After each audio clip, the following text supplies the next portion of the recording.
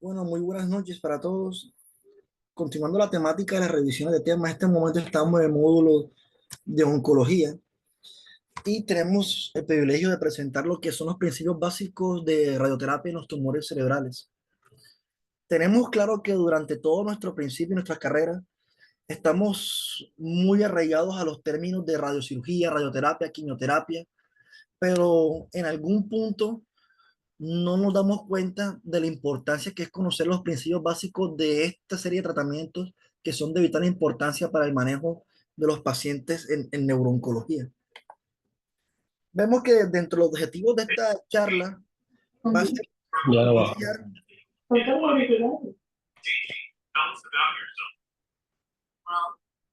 propiciar, va a ser propiciar todo lo que son los factores y los principios clásicos de de la radioterapia.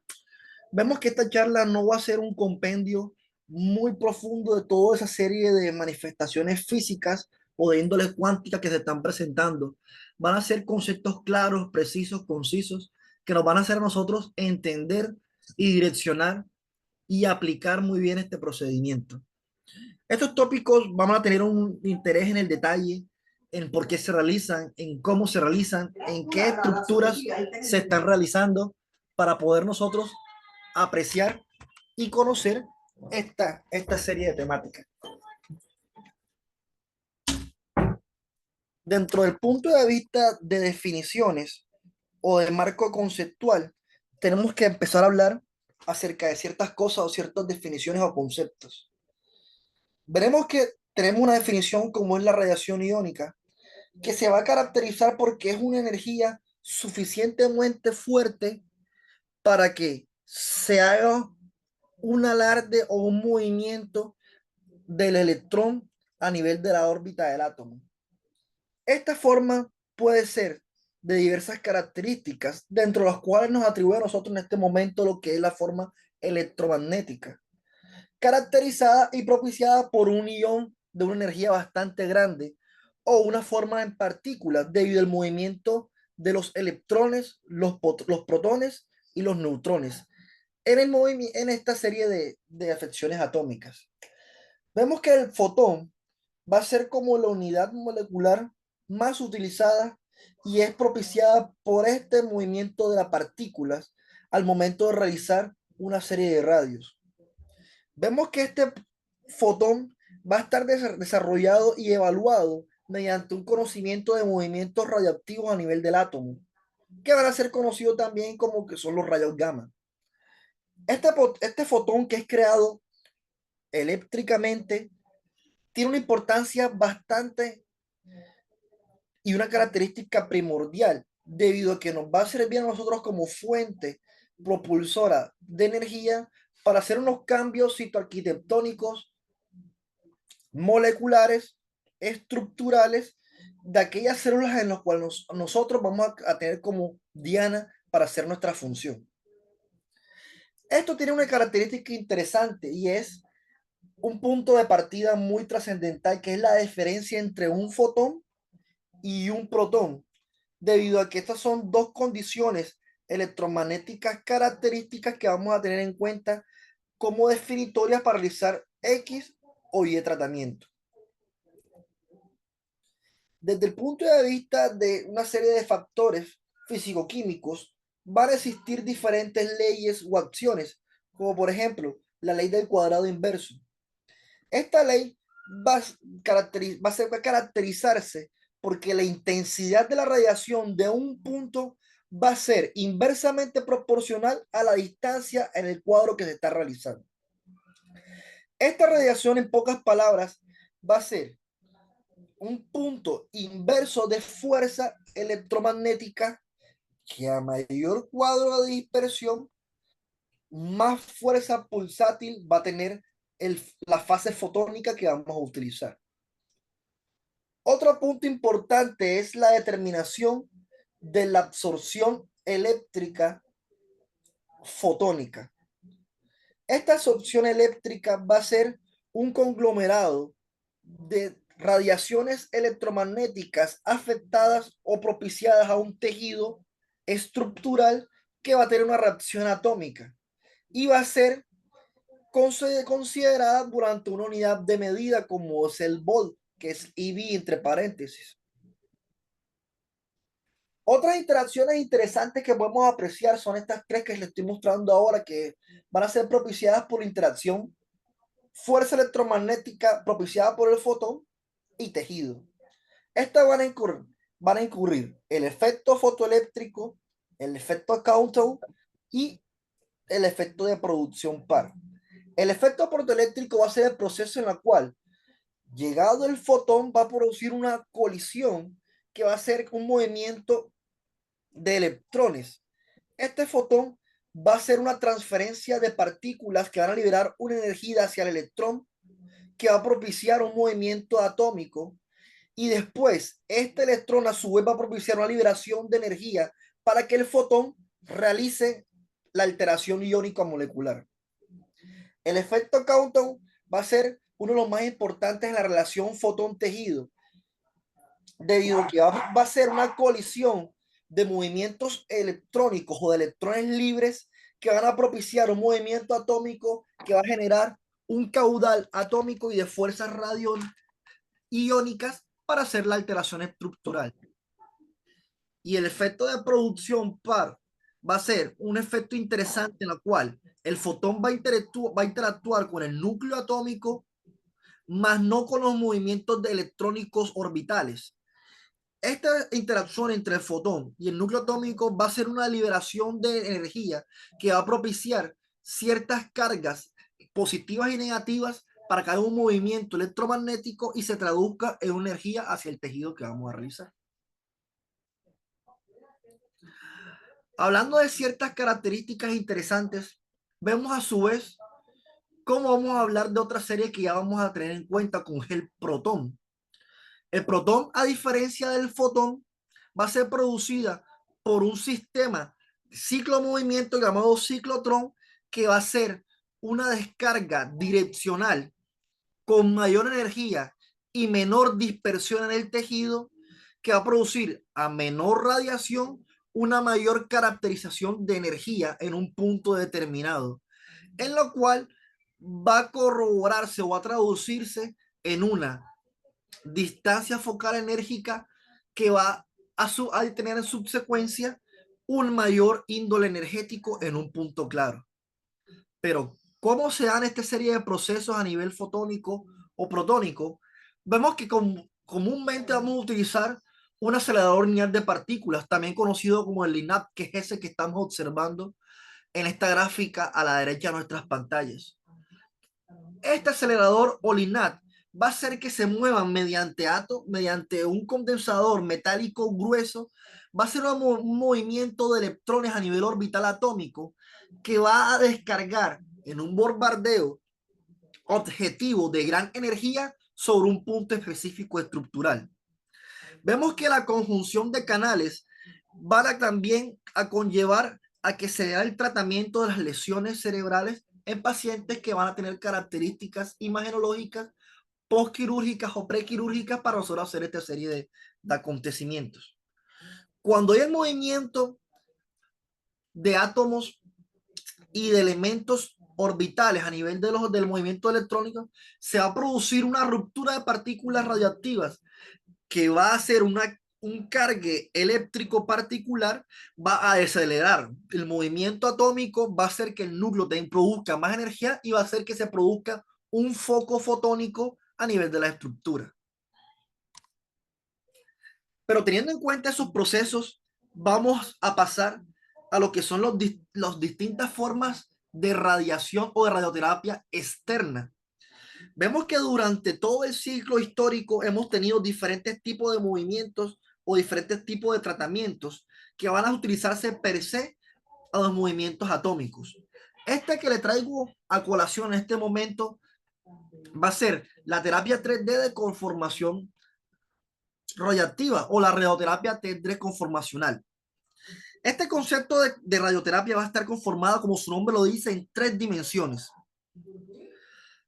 Ha sustituido en muchas partidas cierto tipo de tratamientos que producían anteriormente lesiones a estructuras circunvecinas de índole de importancia neurológica.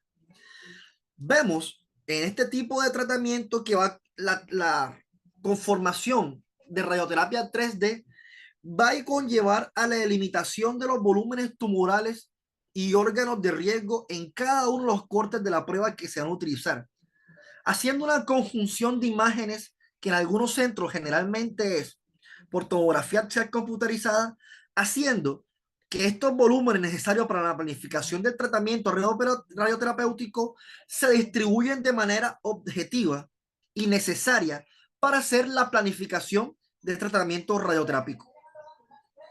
Vemos que con este tipo de terapia vamos a apreciar una optimización de la distribución de la dosis en el órgano diana que nosotros vamos a tener como consecuencia mediante un moldeado de campos de tratamiento, que son los campos de conformación guía. Este a su vez va a hacer que la optimización del tratamiento va a corresponder en una representación puntual que nosotros lo consideramos como el view view, o sea, la vista de la punta objetiva. Este campo de tratamiento va a ser una conformación direccionada a la que a su vez la intensidad de la dosis mediante serie de partículas de conjunción tridimensional va a tener una diana terapéutica central, que es la que se va a conformar en la mayor cantidad de energía iónica y fotónica establecida en la lesión. Aquí empezamos a ver cómo la imagenología con la radioterápica juegan un papel primordial en la unión, debido a que con esta terapia de 3D conformacional se van a ver una lesión en 3 planos, de las cuales va a tener un centro de dosificación fotónica para que todas esas alteraciones lesionales sufran la adquisición de una energía iónica y se traduce en una irrupción que más adelante les voy a explicar. Otra forma en que nosotros aplicamos una radioterapia externa es la ERT, que es la radiación terapéutica con una intensidad modulada. Vemos que a diferencia de la radiación conformacional 3D, la radiación de intensidad modulada va a utilizar múltiples haces de radiación conformada que van a confluir en un solo objetivo tumoral, pero esta va a ser desde varios ángulos de entrada.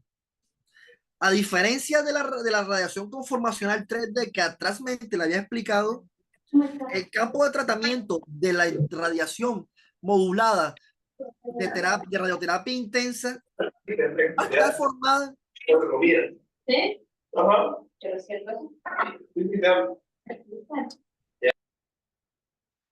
Va a estar formada principalmente por una sumatoria de varios segmentos, de modo que se van a generar, como lo estamos viendo en la lámina izquierda, diferentes niveles de intensidad de dosis en los distintos puntos del campo que nosotros vamos a tener como primordial. Este efecto se va a lograr gracias a, como su nombre coloquial lo dice, un colimador multilámina, que es un dispositivo diseñado para dar formas de haz de radiación mediante múltiples bloques monitorizados. La dosis entregada que nosotros vamos a implantar de este efecto va a tener diferentes campos, diferentes sumatorias de segmentos y va a caracterizarse por un volumen de tratamiento, como su nombre lo indica, intensamente modulado, que va a tener una adquisición multisegmental de diferentes dosis de radiación.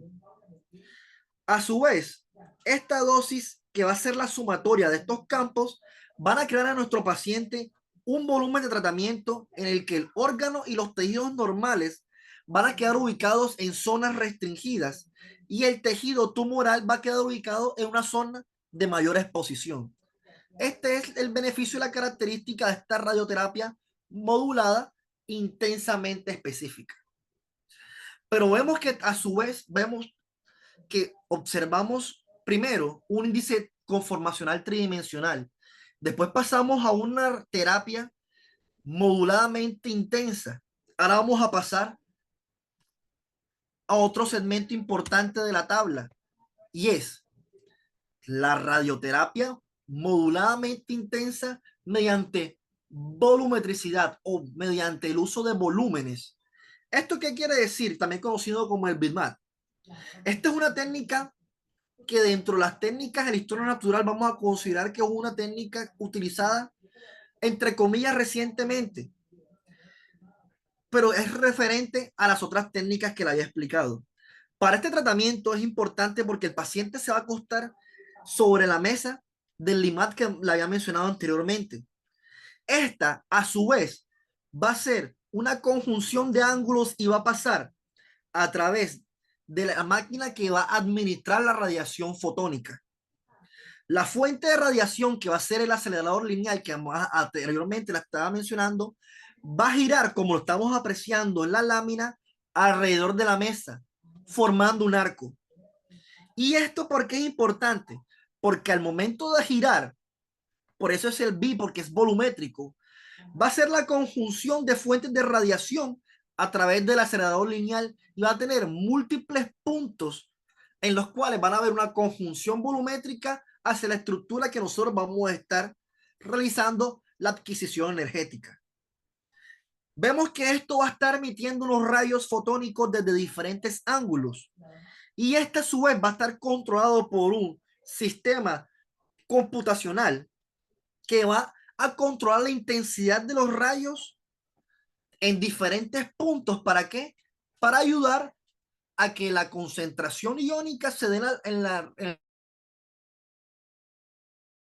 el radio lesional sin afectar tejidos circundantes de características de importancia neurológica. Es interesante ver esta adquisición debido a que es la conjunción de todo ese proceso tridimensional de intensidad modulada y ahora adquiriendo un proceso volumétrico para la adquisición de fuentes iónicas en diferentes ángulos, pero con el mismo objetivo: la conformación única, iónica, fotónica de la lesión que vamos a afectar. Pero ahora vamos a una conjunción que tiene una índole importancia en pediatría y es la terapia de conformación tridimensional, pero ya no con fotones, sino vamos a utilizar son protones. Entonces, ahí es donde tenemos que ver la importancia de entender la definición conceptual de la diferencia entre un protón versus un fotón. Esta diferencia principalmente va a ser de índole química, de índole física, perdón. Los fotones son las mismas producciones radiacionales de las formaciones de los rayos X, que son energías puras. Pero aquí es donde viene el primer punto conflictivo físico. Para algunos autores los fotones no van a tener masa, aunque si miramos aspectos físicos, vemos que dentro de la teoría de relatividad, de teorías de físicos importantes como este, ellos no están de acuerdo con esto debido a que ellos mencionan que el fotón, a pesar de ser fuente lumínica reactiva, sí tiene masa. Mientras que los protones tienen una energía propia, son relativamente más masivos y pesados, y es por eso que al ser mucho más pesados, mucho más enérgicamente activos, vamos a tener focos de mayor intensidad con menor propulsión de energía radioactiva. Y es por eso que se utilizó esta terapia conformacional, en los cuales vamos a tener abordajes de conjunción entre la terapia tridimensional, confusión de imágenes asociados a ese movimiento protónico, que van a ser una conjunción a menor punto exploratorio con menos daño en tejidos circundantes debido a que va a utilizar una menor dosis pero con menor efectividad. Es por eso que más que todo se utilizan en aquellas lesiones en pacientes pediátricos debido a que utiliza una menor dosis de radiación pero con una mayor índole energética. Partimos ahora a lo que es la cirugía o la radiocirugía estereotáxica versus la radioterapia estereotáxica. Este tipo de tratamiento va a tener unas dosis mucho más altas, pero más precisas de radiación en el área tumoral. ¿Esto en qué va a ser traducido? En simples sesiones que van a ser un plus o un versus entre radiocirugía y radioterapia, dependiendo de la dosis actuada y el número de sesiones que vamos a encontrar. Si podemos entrar De modo interesante, al ver estas partículas, estas láminas, vemos que siempre en estas láminas vamos a encontrar unos puntos de colores diversos como en Diana. Más adelante les voy a explicar la conjunción y la importancia de estos puntos en que son áreas de exposición a dosis de radiación y por qué cada una de las áreas va siendo una diana mucho más elongada al tener menos dosis en la periferia. Este tratamiento de radioterapia estereotáxica principalmente va a ser utilizada en tumores aquellos se están dando a nivel de estructuras circunvecinas al tallo cerebral o puntos mielopáticos o de disrupción lesionales a nivel de lo que son los cordones espinales superiores, principalmente a nivel cervical alto. Vemos que durante la transrupción de toda esta parte necesitamos una conjunción de imágenes que va a ser un punto característico en un eje de las X o de las abscisas, un eje de las Y o de las ordenadas y un eje de la Z, haciendo una conjunción estereotáxica mediante 3 puntos para tener una dosificación en un punto único de mayor precisión y mayor laxitud iónica.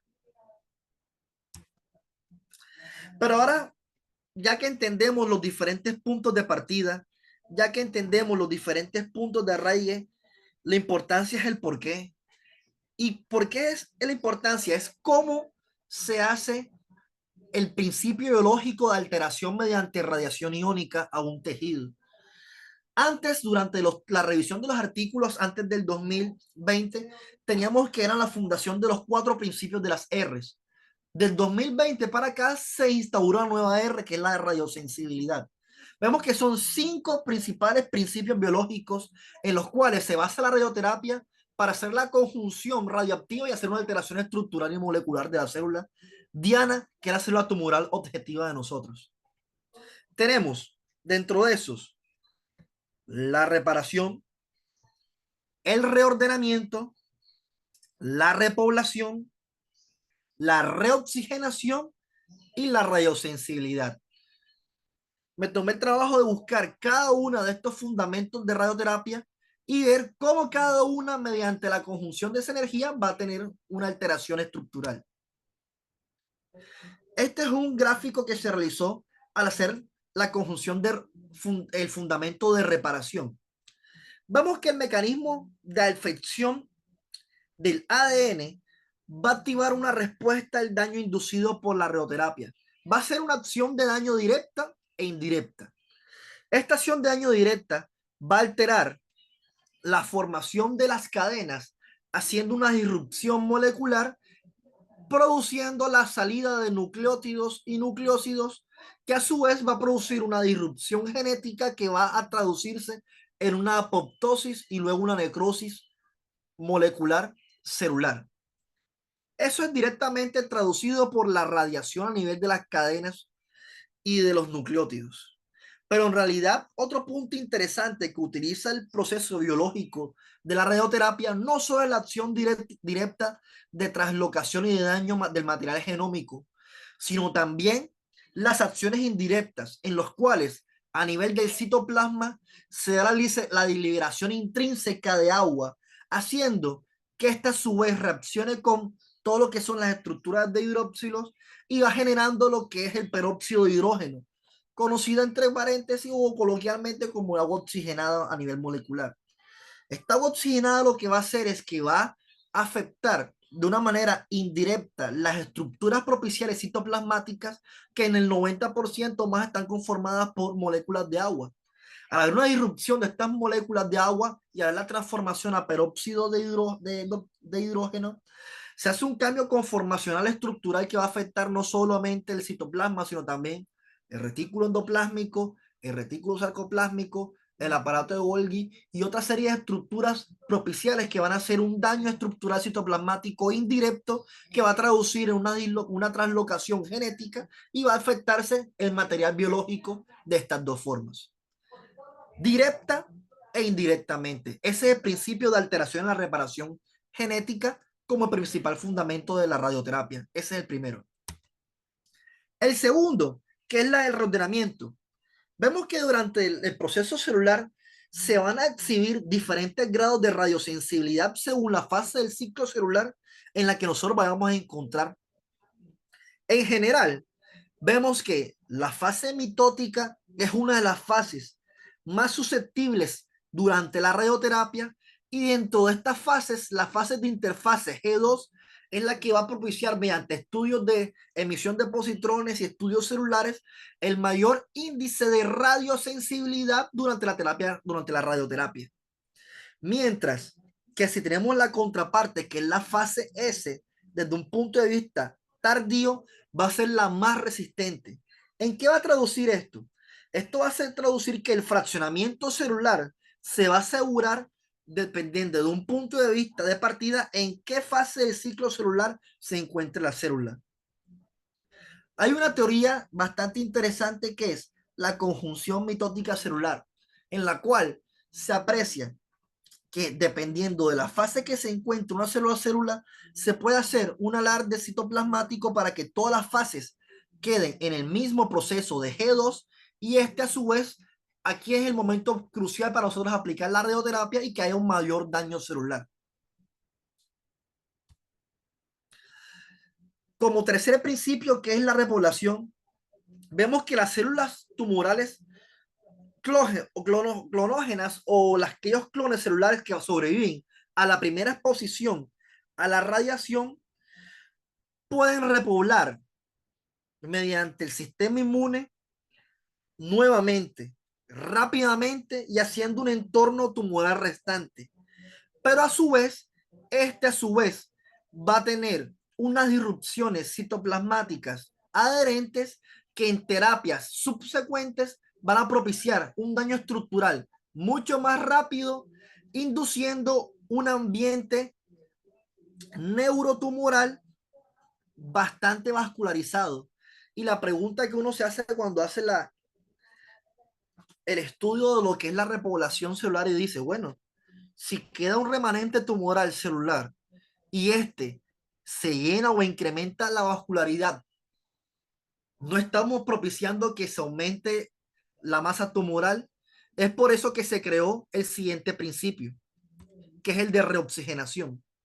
Este principio de reoxigenación, vemos que al haber un sinnúmero de clones moleculares, celulares, con una alta tasa de nuevos vasos, vemos que la sensibilidad a la radiación subsecuente va a aumentar al aumentar el oxígeno en el microambiente del tumor.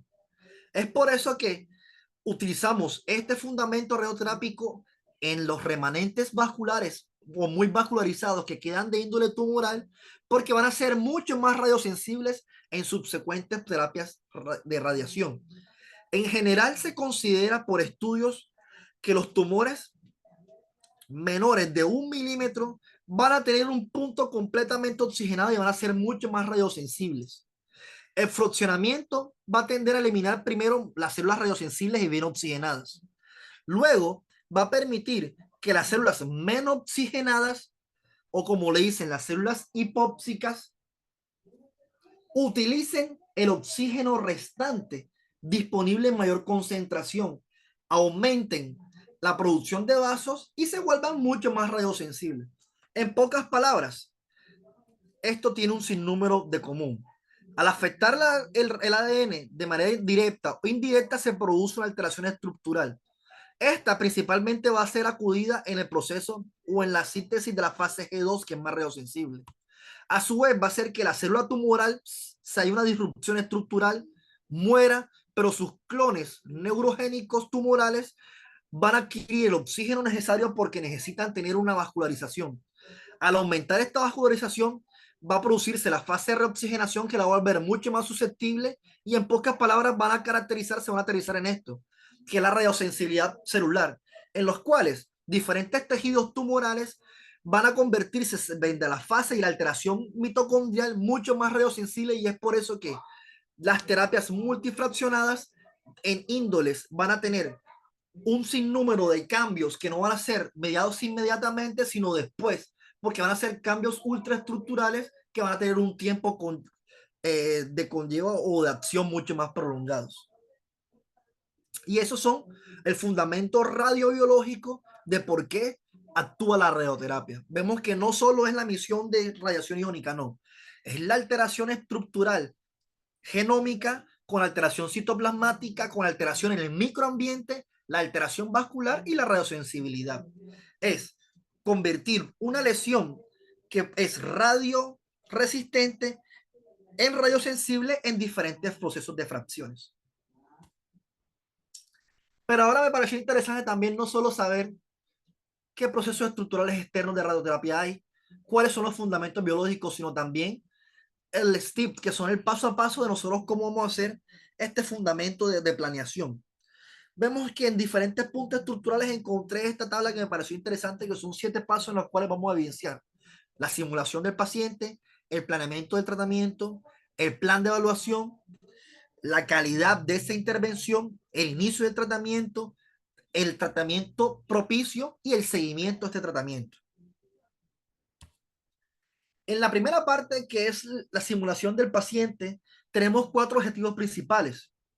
Crear una máscara termoplástica que va a producir una mayor concentración junto a estructuras imagenológicas para nosotros hacer el marcamiento de dónde vamos a tener los rayos fotónicos a nosotros hacerlo.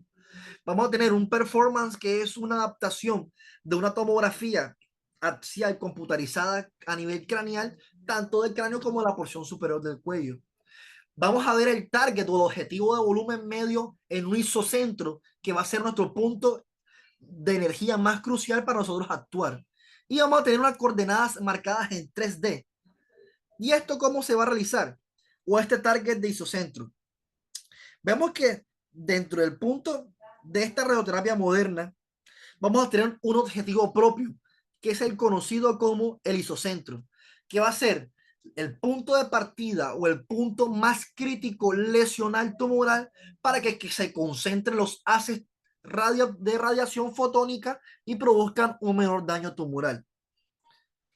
Esta máscara que yo le había mencionado anteriormente va a tener una contrapartida, y es que va a utilizar un volumen objetivo mediante planeamiento de la tomografía, va a tener un moldeo termoplástico que va a adaptarse primordialmente a las fases de todas lo que son la musculatura facial, el macizo facial, para adaptarse intrínsecamente a estas características imagenológicas. Durante el proceso de transducción de imágenes, al nosotros tener el punto de isocentro marcado, esta máscara que anteriormente les mencioné también va a marcarse en el punto que se corresponde al isocentro tomográfico. ¿Y esto cómo se va a hacer? Mediante planeamiento de la marcación 3D.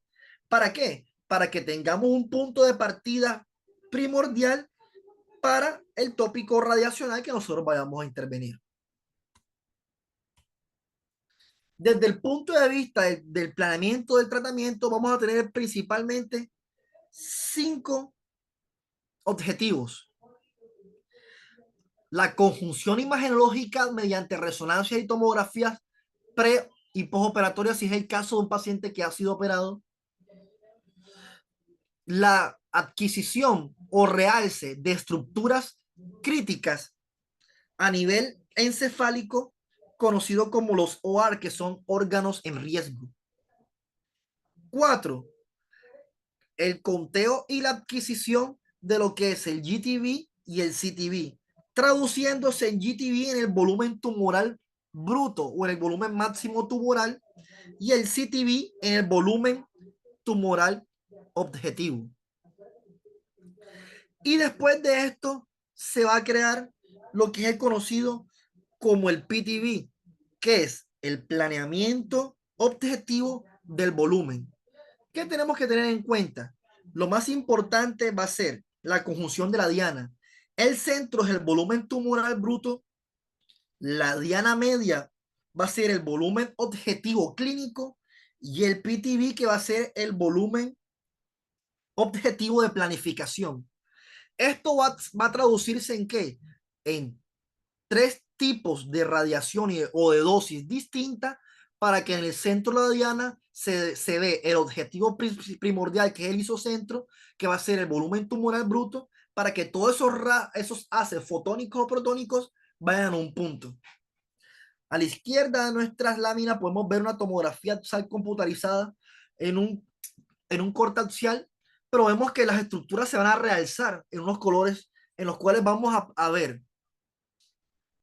las escleras, la conjuntiva óptica, los globos oculares, los nervios ópticos, el quiasma óptico, el mesencéfalo y las estructuras de importancia circunvolucionales. ¿Por qué esto es importante? Porque al nosotros hacer un sistema de planificación debemos tener estas estructuras críticas planificadas porque deben recibir menores dosis de radiación si la lesión se encuentra cercana a estas. Vemos que este sistema de planificación va a tener una intensidad modulada dependiendo la estructura. Y es por eso que se encontró el índice de tolerancia normal según tejidos. Y esto a su vez se va a subdividir en la última guía radioterápica en dos. ¿Qué tolerancia tienen aquellas estructuras mediante el uso de radioterapia externa a nivel del tallo encefálico de estructuras de importancia, o la máxima puntuación o el máximo dosaje mediante lo que es la terapia mediante radiación estereotáxica? Vemos que estructuras como por ejemplo el quiasma óptico van a tener una dosis de tolerancia normal entre 50 y 54 grays, la retina de 45, la cóclea de 30 o 35, mientras que vemos la diferencia con respecto a las estructuras mediante el uso de terapia externa con referente a lo que es la terapia mediante estereotaxia, debido a que son focos mucho más objetivos con mayores dosis. Vemos que son dosis mucho más bajas mediante la estereotaxia que mediante la terapia externa. Comparando lo que es el tallo cerebral, que mediante estereotaxia solamente un punto de dosaje máximo que resiste sin alteración estructural circunvolucional es de 12 grays, mientras que en la terapia externa vamos a tener un dosaje normal de 54. Esto es importante que lo tengamos en cuenta, debido a que nuestro volumen tumoral bruto, si se encuentra cerquita de estas estructuras, vamos a hacer un mayor número de lo que es el planeamiento del volumen de acción y en la conjunción clínica objetiva del volumen tumoral para que estas estructuras circunvecinas de importancia de riesgo queden por fuera de este plano y tengan menos efectos estructurales y moleculares por la radiación. Después de lo que es los pasos a nivel moderno de la radioterapia, vemos el plan de evaluación y es, ya conocimos las estructuras o los órganos de riesgo, ya conocimos nuestro dosaje adecuado que vamos a realizar. Ahora planeemos y veamos cómo va a ser esta diana volumétrica de dosis. ¿Y esto cómo se realiza? Este informe de dosis se va a hacer o se va a realizar mediante un histograma de volumen de dosaje. Este histograma va a ser la traducción volumétrica en dosis mediante el volumen de ciertas estructuras que nosotros vamos a tener en cuenta mediante la manipulación tomográfica. Y es por eso que las estructuras con mayor dosaje, dependiendo del índice colorímetro radioterápico, va a ser amarillo o en algunos puntos en rojo, que es lo más crítico, que es el volumen crítico tumoral. Después de esto va a tener un naranja o un amarillo, que va a ser aquellas estructuras circunvecinas que mediante una resonancia en la secuencia FLAIR va a ser todo ese volumen a nivel de edema que nosotros vamos a realizar. Y es por eso que haciendo este cambio conformacional a nivel de colorímetro, vemos cómo las nuevas guías de manejo de tratamiento de astrocitomas de altos grados y de glioblastomas, es por eso que ya no solo utilizan la resonancia en secuencia T1 con contraste para realizar la resección. No, las nuevas guías lo que están haciendo ahora es que mediante esta introducción del histograma de volumen de dosaje, están utilizando la secuencia FLAIR para que tengamos el punto de acción máxima de recepción y que se corresponda a esta zona verde, que es donde nosotros en este ejemplo vamos a hacer nuestra recepción en principio mediante cirugía abierta, para después de esto, mediante radioterapia, hacer una conjunción tumoral bruta, que es la del centro, una conjunción tumoral objetiva, una conjunción tumoral planificada y una conjunción de recepción de éxito terapéutico. ¿Y esto en qué va a traducirse? En el uso de lo que es el histograma del dosaje de volumen. A mayor cercanía con el volumen tumoral bruto, mayor dosificación se da de radiación fotónica. A mayor distancia de esto y mayor amplitud del diámetro, menor dosificación iónica, menor daño estructural y menor alteraciones moleculares por radiación. Después de nosotros hacer el planeamiento, la verosimilitud del dosaje, la interacción del dosaje y el plan de evaluación, vemos ahora cómo va a ser el inicio del tratamiento. Y esto también va a ser o va a tener principalmente cuatro puntos importantes, y es realizar como tal el entrenamiento mediante la asignación del paciente, obtener ciertos tipos de imágenes que van a utilizarse o van a traducirse una energía que va a caracterizarse en diferentes direcciones. Y esto es importante, el alineamiento correcto del tratamiento. Es por eso que no solamente van a utilizar la resonancia magnética y la formación de una imagen, no. Ellos utilizan también unas imágenes que van a convertirse, conocido como el portal del Fields, que son aquellas imágenes de inicio que van a hacer una conjunción entre la fase ósea y una correlación tridimensional ya con la máscara puesta para ver si todo lo que es el eje de la abscisa de las ordenadas y el eje Z se corresponde desde el punto de vista externo óseo con la estructura marcada a nivel de la máscara, y esta a su vez se corresponde con la estructura tomográfica y la estructura de resonancias a nivel de tejido, para que todo sea perfecto, todo se alinee. Y tiene que haber mínimo un margen de error de 0.002 para que no haya alteraciones estructurales per se. Esto, después, que va a realizar, va a ser la conjunción entre la tridimensionalidad y las estructuras adyacentes, y va a producir un target o un volumen tumoral bruto objetivo, que es el isocentro que yo les mencionaba anteriormente.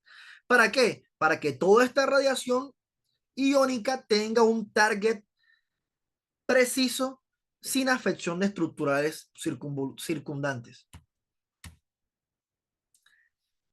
Depende del tratamiento y el seguimiento. Vemos que eso también va a depender de las guías de uno va a ver. Si uno utiliza o observa las guías del manejo radiooncológico, radioterapeuta, perdón, europeas, que serán ahorita hace 2 años, ellos hacen inicialmente seguimiento de 4 a 8 semanas por radiación. Las guías americanas, por el valor de los costos, es un poquito más lapsa. O sea, en el 2023 ellos plantean índices de seguimiento de hasta 9, 10 semanas con intercitas diarias. La respuesta a esto va a tener también no solo un punto de vista de afección tumoral neto, también se va a traducir también en radiaciones de frente al tipo, al defecto o el sitio que se va a mencionar. Este es un estudio que se realizó, me pareció interesante, esos efectos tempranos de la radiación mediante el tratamiento de aquellos tumores o lesiones en cabeza y en cuello. Vemos que ellos principalmente tuvieron serostomía, disgeusia, pérdida de peso, anorexia, alteraciones, disfagia, estomatitis, osteoradionecrosis e infección. Pero ¿qué tiene este artículo? Cuando uno lo lee a simple vista, ve unos resultados bastante interesantes. La metodología plantea principalmente dentro de su objetivo es el planteamiento de alteraciones de efectos a nivel de tumores, pero el gran número de tumores que ellos realizaron fue tumores a nivel nasofaringio. Por eso es que las principales complicaciones dan es diferente de ellos. Cuando uno lee complicaciones en el sitio de tumores de radiación a nivel encefálico, la principal complicación, como se había visto, es alteraciones en la estructura de la galea, alteraciones estructurales del scalp, principalmente afectándose a aquellas estructuras del scalp que son más cercanas al músculo temporal.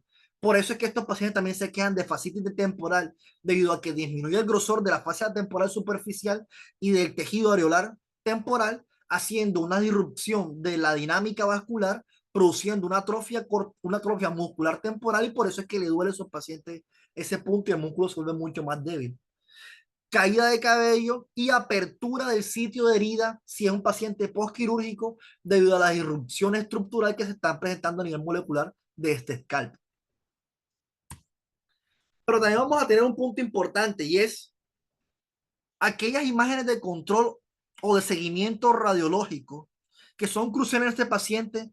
Vamos a tener una secuencia que vamos a tener dos estructuras o dos cambios conformacionales que a nosotros nos producen un sinnúmero de dudas, y es la radionecrosis y la pseudoprogresión tumoral.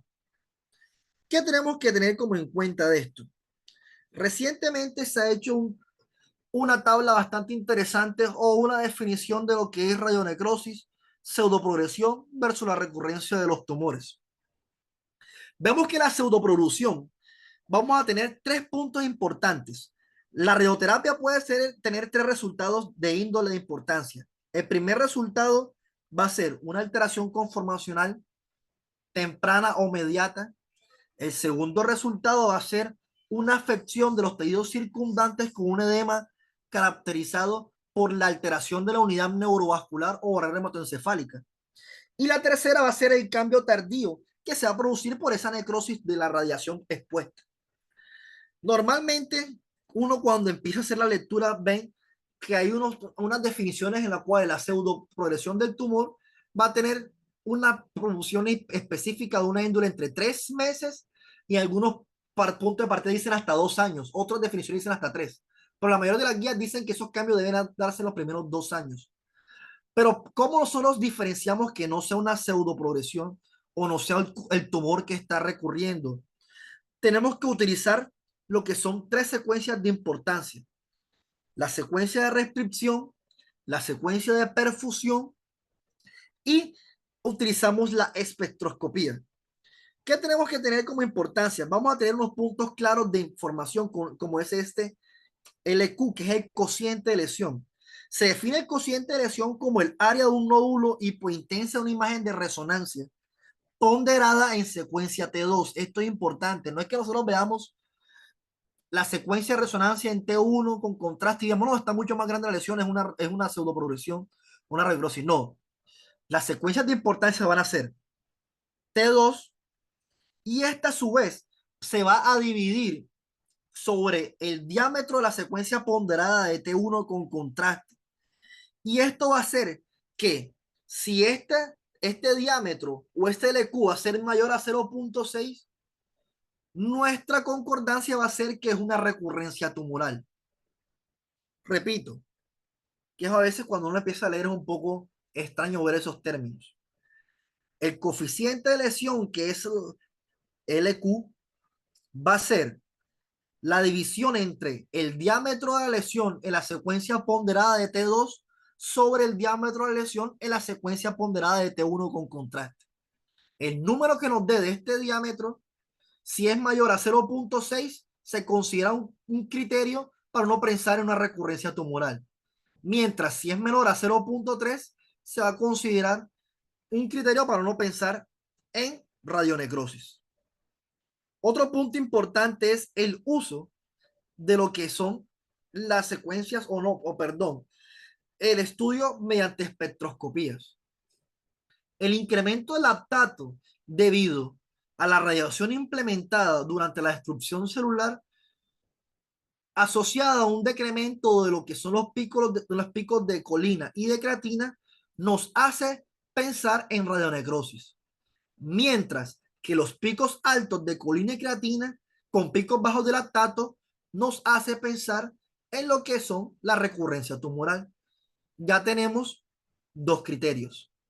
El tercer criterio va a ser la secuencia de perfusión. ¿Y esto en qué va a terminar? En que una índole perfusional en una secuencia o en una estructura computada de 100 gramos, si es mayor la perfusión o la tasa de perfusión a 2 milímetros por cada 100 gramos de tejido estudiado, va a ser sugestiva de una recurrencia tumoral. Mientras si el índice de perfusión es menor a 2 cc por cada 100 gramos de tejido estudiado, va a ser una conjunción de radionecrosis. El otro, vamos a tener las secuencias de ADC y la difusión.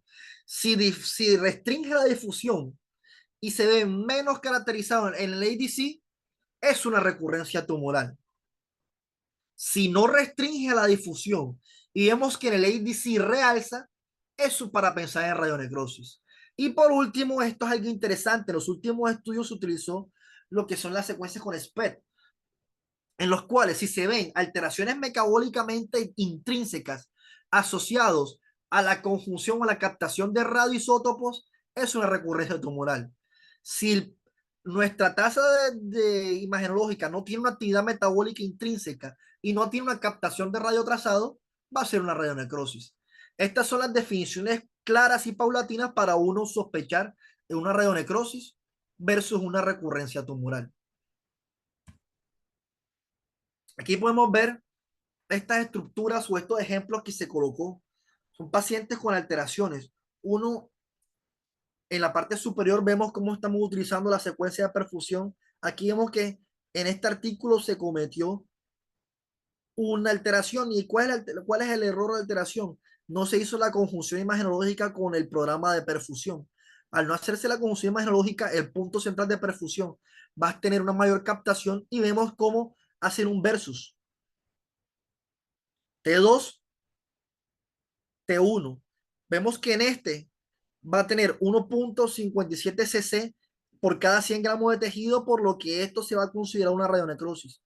Mientras que en este paciente vemos que tiene un índice mayor a 2.2, por lo que para ello se considera una recurrencia tumoral. Pero cuando uno hace el análisis de la imagen, esta recurrencia tumoral vemos que literalmente es la misma imagen. ¿Por qué en una da y por qué en otra no da? Es por la conjunción mala que se hizo a nivel de la perfusión. Esta tasa de lo que es la espectroscopía, vemos como el pico en este punto en un target va a ser mayor de lo que es el lactato con referente a la colina. Vemos este que es mucho menor de la colina. Esta estructura espectroscópica es de una lesión de recurrencia, es una recurrencia tumoral. Si vemos en otro apartado, tenemos en cuenta también el índice de LP. Hacemos la conjunción de T2 sobre T1 ponderado y esto cuando se hace la distribución da menor a 0.6, por lo que a pesar de que esto parezca una recurrencia tumoral, es radionecrosis. En pocas palabras, los principios básicos de radioterapia nos van a dar un sinnúmero de herramientas para nosotros entender el por qué en ciertas lesiones tumorales se realiza este tipo de radioterapia, por qué se realiza fraccionada, por qué se realiza en tantas semanas y no una dosis única, por qué da esas prepulsiones y por qué las imágenes nos van a servir a nosotros como la llave trascendental para entender este índice imagenológico. Entonces, muchísimas gracias.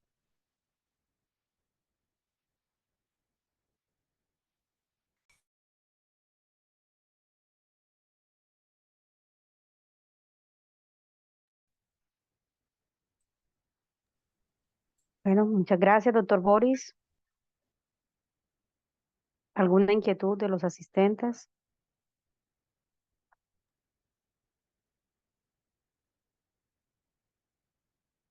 Una pregunta que con frecuencia vemos y que hacemos a veces al radioterapeuta, a los colegas oncólogos, es ¿en qué momento después de intervenir cuál es el tiempo mínimo para empezar a hacer radioterapia?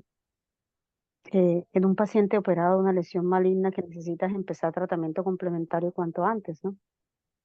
Esa es una pregunta eh, que quisiera hacerle al doctor Márquez. ¿En cuánto tiempo, cuál es el tiempo ideal para hacer una RT después de una lesión, de que una lesión tumoral maligna sea intervenida? ¿Cuál es el tiempo Eh, ideal mínimo?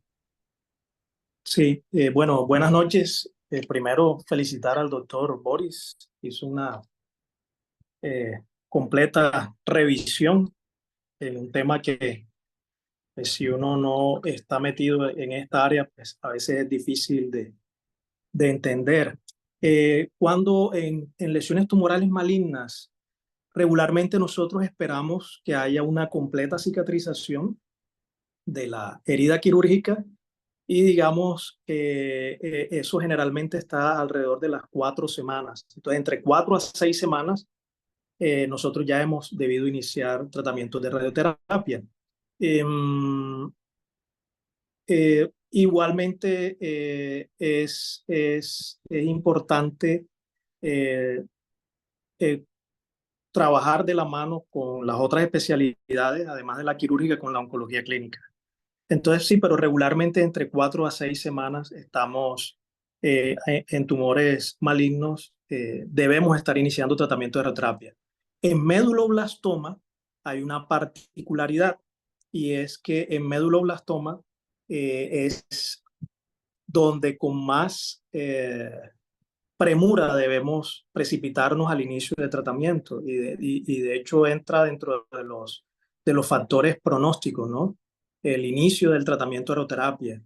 Y este inicio de tratamiento de radioterapia debe darse antes de las 2 semanas en meduloblastoma, en el caso particular de meduloblastoma. En los gliomas de alto grado, generalmente alrededor de entre 4 a 6 semanas, igual es un proceso donde estamos entendiendo todos los resultados de biología molecular que se requieren para un manejo conjunto con oncología clínica en la parte de quimioterapia.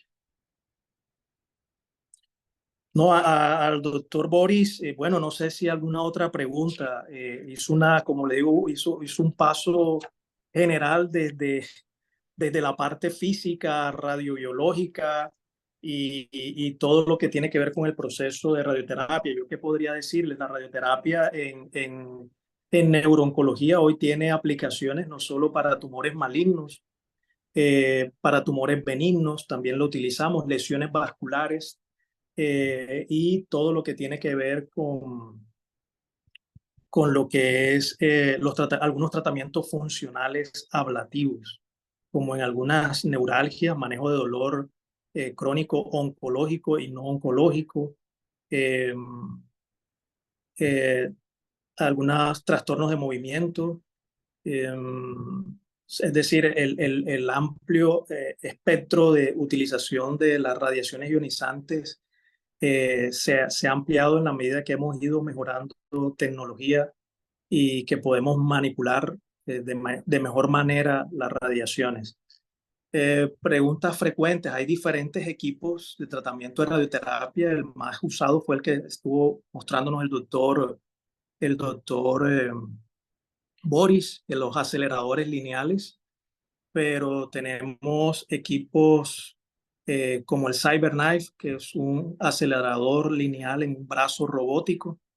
Tenemos el Gamma Knife, que es la utilización de semillas de cobalto, radiación gamma, a diferencia de la radiación con fotones, que es la que utilizamos en los aceleradores lineales, fotones, rayos X.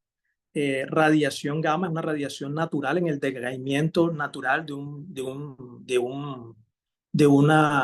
una partícula como el cobalto en este caso. eh, y partículas de un ion como el cobalto y partículas, como lo mencionó el doctor, el uso de electrones en radioterapia superficial y de protones en el tratamiento también muy importante en lesiones tumorales del sistema nervioso central también.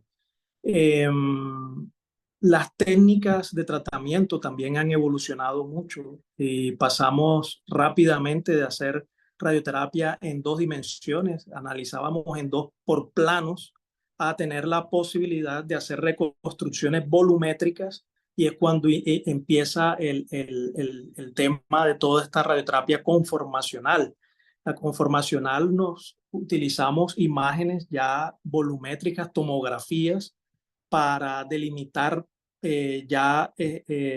también todo el volumen de la lesión, no solo definir por referencias anatómicas como hacíamos en la radioterapia 2D o por placas ortogonales, sino ya todo lo que tiene que ver con definir estructuras en volúmenes, la estructura del volumen tumoral, el GTB que mencionaba el doctor, el CTB, que es ese volumen blanco clínico, que es donde puede haber ya no el tumor macroscópico, pero sí puede haber actividad microscópica o es un área donde existe un alto riesgo de enfermedad subclínica de recurrencia, por lo tanto, y un volumen blanco de planeación que es el resultante de todo el proceso que él nos mostró. Entonces, esos conceptos son también conceptos básicos, el volumen blanco tumoral, el GTB, el CTB, el clínico, y el PTB, el volumen resultante, que ya es un margen porque la mayoría de los tratamientos de radioterapia son tratamientos fraccionados. Hasta donde vamos ahí en radioterapia conformacional, por ejemplo, el por qué pasamos a radioterapia conformacional, porque de tener colimadores que se movían en esos dos planos, colimadores rectos en X y en Y, pasamos a tener colimadores de multihojas. Entonces ya teníamos colimadores de 1 centímetro divididos en el colimador en cortes de cada centímetro, hojas de cada centímetro, hojas de 0,5, de 0,3 centímetros. Y eso nos permitía cada campo definirlo de acuerdo a ese volumen blanco tumoral. Entonces ya no íbamos con campos cuadrados o con formas más groseras, más gruesas, sino con ya campos conformados al volumen del tumor. Entonces ahí es cuando surge la radioterapia conformacional. Pero después viene otra radioterapia en la evolución, que es la radioterapia de intensidad modulada, como lo decía el doctor, que ya nos permitía esculpir mejor las dosis, la distribución de la dosis. Entonces ya de tener esos campos conformados, digamos, con convexidades generalmente alrededor, ya pasamos a campos donde podríamos generar concavidades, y esto es muy importante. Imagínense ustedes un glioma de alto grado localizado en la región temporal y cerca tiene el tallo cerebral. Entonces, para efectos prácticos, para dar esas altas dosis que requiere el control de enfermedades de un glioma de alto grado, que son de 60 grays, con esas convexidades, o sea, de toda la distribución de dosis, pues no podíamos hacerle como el quite al tallo cerebral, y entonces tocaba en algunos momentos, en algunas zonas, bajar la dosis. Con la radioterapia de intensidad modulada uno puede esculpir mejor eso y generar esas concavidades, entonces hacerle el quite a alguna de esas estructuras como el tallo cerebral, y entonces sí poder entregar la dosis que se necesita. Si no, por esos limitantes de dosis, para no dejar un daño en esos órganos a riesgo que nos mencionaba el doctor, importante, además de esos volúmenes, de ese GTB, CTB y PTB, los órganos a riesgo que tenemos que delimitar siempre en todas las planeaciones. Entonces no podríamos hacerle el quite a esos órganos en riesgo, y nos toca bajar dosis. Con la intensidad modulada se pudo esculpir mejor la dosis y entonces entregar realmente las dosis recomendadas ante órganos a riesgo muy cercanos al volumen tumoral. Después él nos habló de una radioterapia BIMAT, de una técnica BIMAT.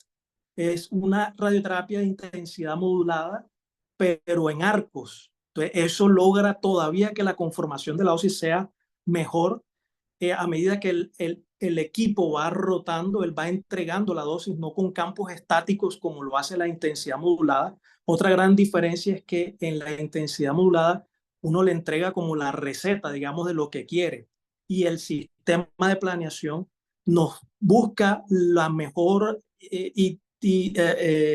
la mejor ensayo, pruebas y ensayos para darnos a ese resultado final que le entregamos. Entonces, una planeación inversa. La radioterapia de intensidad modulada, una planeación inversa. En la conformacional, yo busco directamente cómo llegar, bloqueando ciertas zonas, bloqueando esos órganos a riesgo, bloqueando esos órganos limitantes de dosis. Busco llegar a mi resultado dosimétrico final, a entregar esa dosis al tumor que quiero.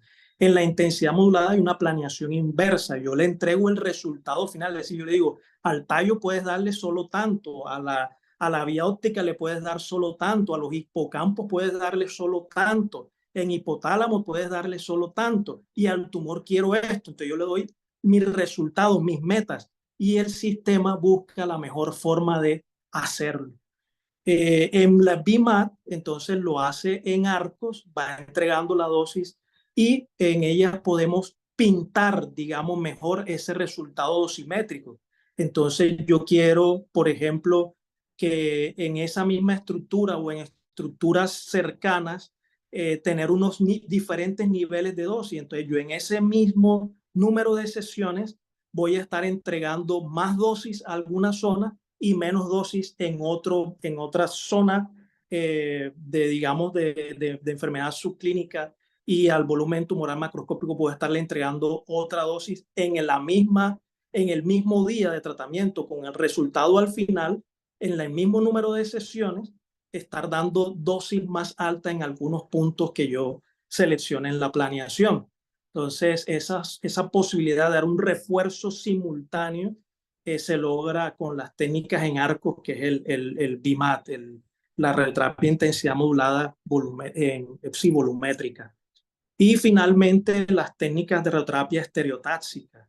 Entonces, en las técnicas de radioterapia estereotáxica, pues la radiocirugía es una técnica, no es un equipo. Sí hay diferencias dosimétricas en los equipos y digamos que la mayoría de los centros en Colombia hacen radiocirugía con aceleradores lineales.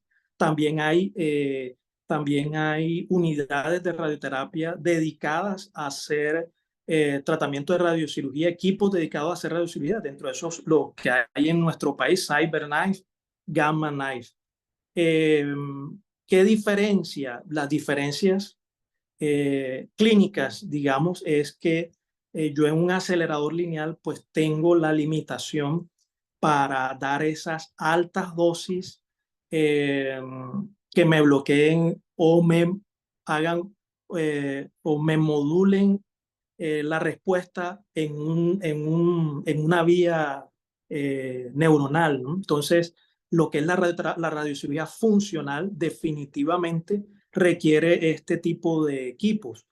Hay algunas posibilidades en los aceleradores lineales y es poder hacer la radiocirugía funcional con unos colimadores más pequeños que lo que nos permiten las micromultiláminas o los nuevos sistemas de colimación, los nuevos colimadores de multihojas, y es tener volúmenes muy, muy pequeños para poder hacer un tratamiento, una neuralgia del trigémino. Podría hacerlo con un colimador mucho más pequeño, por ejemplo, como son los conos. Puedo hacerlo con marco estereotáxico o sin marco estereotáxico. Entonces, para hacerlo sin marco estereotáxico, tengo que tener algunos requerimientos también técnicos, como es tener una camilla robótica. En el marco estereotáxico yo lo fijo el paciente a la camilla, entonces yo no voy a tener problemas de rotación o en otro tipo de angulaciones. Mientras que si lo tengo con una máscara termoplástica, es decir, sin el marco estereotáxico, yo tengo que poder identificar y corregir esos otros ángulos de libertad que pueden presentarse. Es decir, en rotación, digamos, de oreja a oreja lateral o de cabeza a pies o de sí, de cabeza a pies y de altura diferente de la camilla. Esas son las camillas robóticas. Tendría que tener una camilla robótica para hacer una radiocirugía funcional sin marco. Y tendría que tener muy importante, como lo mencionó el doctor Boris, que los equipos de hoy en día vienen con la posibilidad de no solo tener imágenes portales, anteriores, laterales, sino también la posibilidad de hacer una tomografía de haz cónico para eso hacer un match con las imágenes con las que fue planeado y de esa manera lograr la ubicación en las coordenadas donde debo colocar el isocentro del equipo. El isocentro del equipo yo lo voy a colocar regularmente en el centro de la lesión tumoral. El isocentro de la máquina va a estar generalmente en el centro del volumen tumoral. Es el eje donde coincide el eje de rotación del colimador con el eje de rotación del gantry y de la camilla. Entonces, ese es el isocentro de la máquina. Ese centro, ahí yo voy a colocar mi paciente y voy a llevarlo ese sería como mi punto cero alrededor del cual se va a distribuir la dosis. Entonces, requiero adicionalmente, lo que les decía, la idea que venía para la radiocirugía funcional, que cuente con un sistema en el cual, bueno, la tomografía de haz cónico me permite posicionar al paciente antes de iniciar el tratamiento. Pero para hacer esa radiocirugía funcional sin marco necesito también un sistema que me esté verificando dentro del tratamiento, es decir, intrafracción. Pues yo hago generalmente en la radioterapia fraccionada verificaciones interfracción. Es decir, antes de posicionar al paciente hago mi tomografía de haz cónico verifico, lo llevo a las coordenadas, pero tengo que tener un sistema que me permita detectar submilimétricamente cualquier movimiento que haya dentro de la máscara termoplástica. Y eso, si el equipo lo detecta, para la radiación y hay que volver a ajustar al paciente en las posiciones. La radiocirugía, a diferencia de la otra, exige una exactitud submilimétrica. Nosotros regularmente posicionamos al paciente en las coordenadas con menos de 1 milímetro, generalmente 0,0000101 de desplazamiento, o sea, de ubicación en las coordenadas X, Y y Z.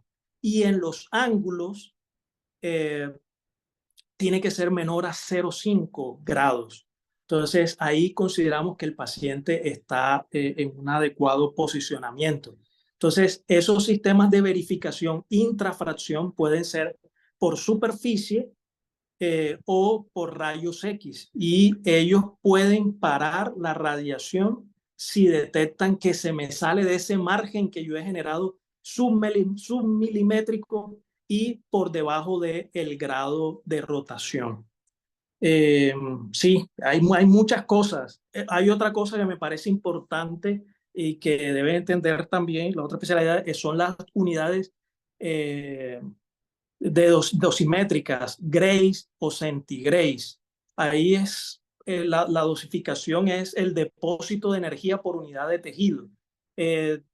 Teóricamente es ergio por gramo o julio por kilogramo, ya sea gray este último o centigrays el otro. Un gray son 100 centigrays y las dosis van a depender del fraccionamiento. Entonces, en una radioterapia fraccionada normal fue lo que nos mencionó el doctor. Entonces, hablamos de dosis, por ejemplo, para un glioma de alto grado de 60 grays en un fraccionamiento convencional diario de 2 grays por día.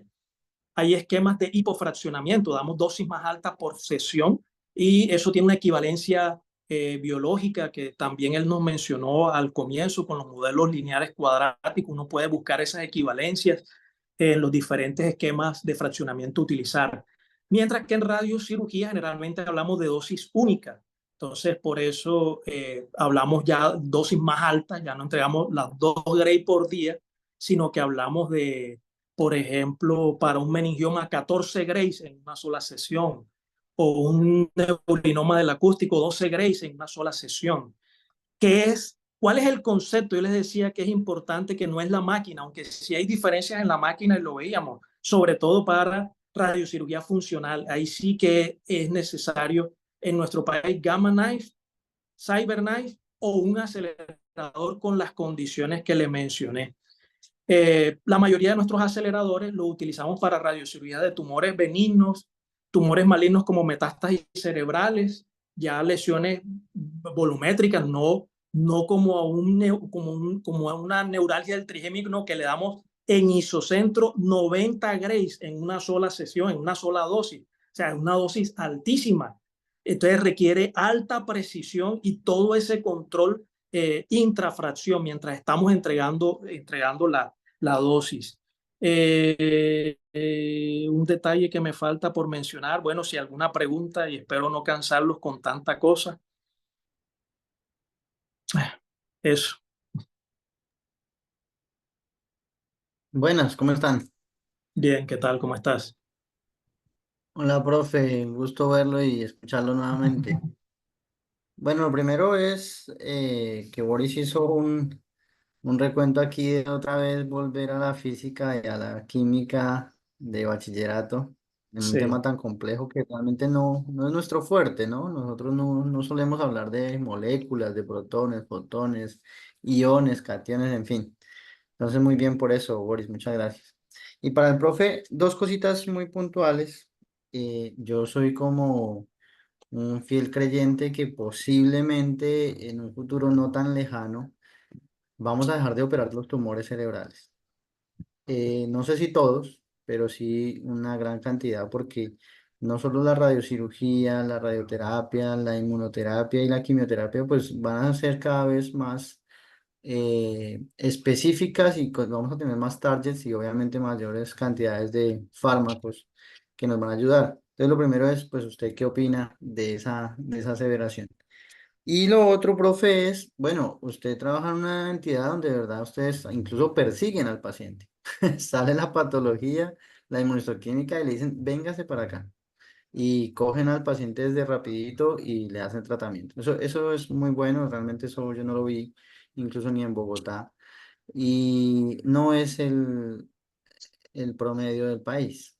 Ustedes como, desde su experiencia, desde sus asociaciones, ¿qué están haciendo o qué podemos hacer nosotros para que estos tiempos entre el diagnóstico y el inicio de los procesos radioterápicos se reduzcan? Y obviamente eso en pro del pronóstico del paciente. Aquí estamos jugando contra el tiempo.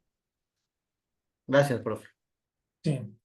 Eh, sí, en lo primero, de acuerdo, o sea, el tratamiento con radiaciones, pues las posibilidades se han abierto en la medida en que la tecnología nos ha permitido eh, ser, poder manejar mejor estas energías de radiación.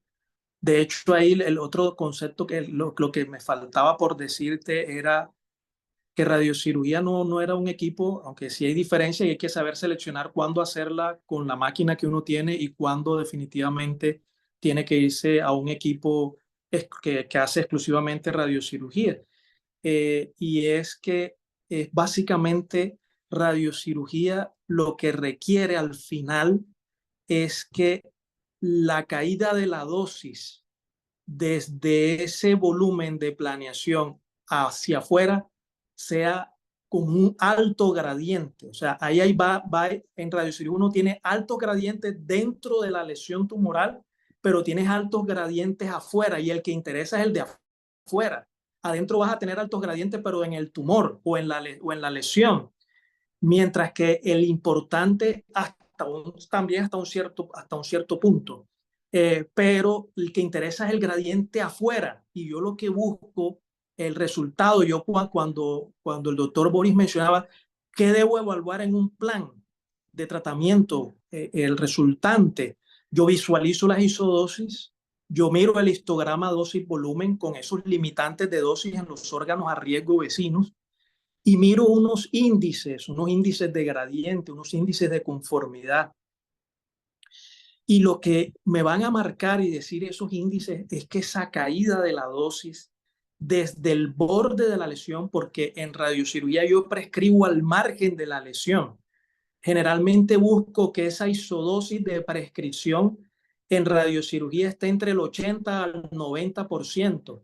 Entre más bajo lo tenga, el 70%, 80, 90%, voy a lograr que ese gradiente sea más alto adentro y el gradiente hacia afuera, es decir, de la caída de dosis, de donde yo prescribo al borde, a pocos milímetros fuera, ya yo tenga, si puedo, a 5 milímetros, tenga la mitad de la dosis. ¿Eh? Entonces, por ejemplo, en un adenoma hipofisiario, si yo voy a entregar 20 grays y yo tengo la vía óptica a 5 milímetros y estoy logrando eso, yo tengo 10 gray en la vía óptica como dosis máxima en 5 milímetros. Pues yo buscaría tratar de bajarla un poco más, porque lo recomendable es mantener la dosis máxima en una sola sesión en vía óptica, ya sea en el quiasma o en alguno de los nervios ópticos, en 8 grays. Entonces, es en milímetros que yo tengo que generar esa caída de dosis. Ese es el concepto, eso es lo que se busca con radiocirugía. Entonces, por eso yo decido hacerla en una sola sesión, o si tengo, en ese mismo caso, porque es más fácil de entender, del adenoma hipofisiario y tengo la vía óptica a 2 milímetros, a mí me toca fraccionarlo, porque si no me toca bajar dosis, entonces ya la dosis que voy a entregar al tumor va a ser menor de la que posiblemente puedo controlar el crecimiento tumoral. Entonces, lo que hago es fraccionarlo y ya fraccionado puedo voy a afectar menos esa estructura vecina. Entonces ya yo puedo dar otra dosis que es equivalente, pero ya fraccionada en 3 o 5 sesiones, y voy a poder seguir teniendo la dosis que caiga en la vía óptica, el nivel de dosis, de isodosis, pues ya no me va a dañar la vía óptica. Entonces eso es un concepto importante en radiocirugía. En cómo hacer, yo pienso que cada vez estamos trabajando más integrados. Radiocirugía, por ejemplo, nos ha permitido entender mejor a nosotros como radiooncólogos, pasar de esas dosis fraccionadas de tratamientos largos a hacer tratamientos en una sesión. Eso es de la mano de ustedes, el conocimiento anatómico, el entender las vías funcionales, eh, eso es un trabajo conjunto, el poder hacer una radiocirugía en una malformación arteriovenosa, la definición del nido con sus aferencias, las zonas de drenaje. O sea, el poder marcar muy bien y delimitar el nido es un trabajo conjunto. Entonces, tal vez lo que ha ocurrido es malentender que cuando se dejó de o cuando se pasa a usar menos el marco y hacer más radiocirugía frameless, como que ya yo puedo trabajar solo y no necesito el neurocirujano que me iba a poner marco. No, el trabajo sigue siendo conjunto, y entender todo el proceso y los posibles riesgos y efectos secundarios es un trabajo de la mano. Así que me parece que es importantísimo que en el día a día sigamos teniendo la oportunidad de que ustedes conozcan mejor qué es lo que hacemos y manejarlo con soltura. De hecho, me da temor que el doctor Boris pase mañana por radioterapia, porque va a empezar a prescribir radioterapia. No, pero es realmente necesario que ustedes también, y son conceptos básicos los que él mencionó acá, que se amplían en el día a día, y que ustedes pueden entender cómo es toda esa secuencia desde la simulación del paciente, cómo necesito esas imágenes, los cortes, la orientación de los cortes, acercarse a radioterapia, hacer la fusión, trabajar, entender el sistema de planeación, hacer las fusiones, cómo anclo la fusión, porque no estoy tomando las imágenes tomográficas o de resonancia en la misma posición. Entonces, cómo anclar la fusión, cómo conocer el sistema para lograr la mejor fusión entre el TAC y la resonancia, la delimitación, conocer el sistema, las herramientas que tiene para la delimitación de la lesión y de los órganos a riesgo. ¿Quién mejor que ustedes conoce la anatomía y conoce esa vascularización por ejemplo, en el caso de una lesión, de una lesión vascular, una malformación arteriovenosa, y los pocos casos donde en una fístula dural también tiene papel la radiocirugía? Entonces es un trabajo que va a estar más de la mano. Y no es solo la radiocirugía el único tratamiento ablativo. Ustedes ya tienen a disposición muchas otras formas de hacer ablación en algunas vías para el tratamiento funcional, ¿no? Entonces, sí, totalmente de acuerdo. Muchas gracias.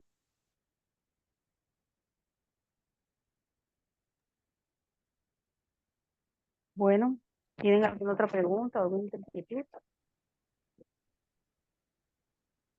Bueno, doctor Márquez, muchas gracias por su apoyo y bueno, esperamos seguir contando con su acompañamiento en nuestras revisiones de tema. Muchas gracias y muy complacido, ya que yo soy formado